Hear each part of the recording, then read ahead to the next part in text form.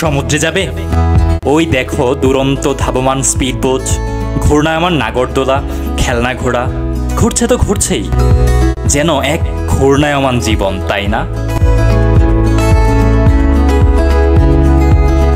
Dragon ট্রেনের পিঠে চড়ে আমরা পতেঙ্গায় সমুদ্র দেখতে যাব। হ্যাঁ, ড্রাগন ট্রেন। তারপর আরও চষে বেড়াবো বাহারি সব রাইডে।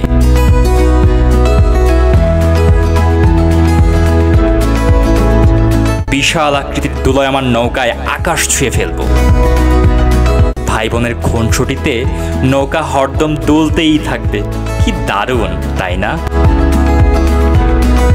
আমরা সমুদ্রের কাছাকাছি অথচ দূরে স্থির করা জাহাজ দেখব। একটা, দুইটা, তিনটা, কত জাহাজ। তারপর ভ্রাম্যমান পানিওয়ালা, হাওয়াই মিঠাই, পানওয়ালা, ঘোড়া ভাড়াটেওয়ালাদের দৌরাত্ম চলতেই থাকবে। আর এদের শেষ হবে কোথায় জানো? এই রক্তিম আবির মাখা সূর্যাস্তের তলে। কি সুন্দর, তাই না?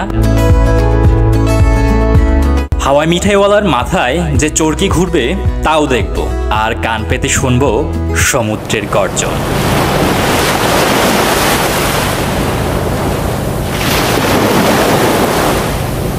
এই দেখো দেখো, স্পিডবোট যায়। কত বৈচিত্র্যময় এই পতেঙ্গা সমুদ্র সৈকত। তবু আফসোস করে বলতে ইচ্ছে হচ্ছে, 1 কোটি বছর ধরে আমরা সমুদ্র দেখি না।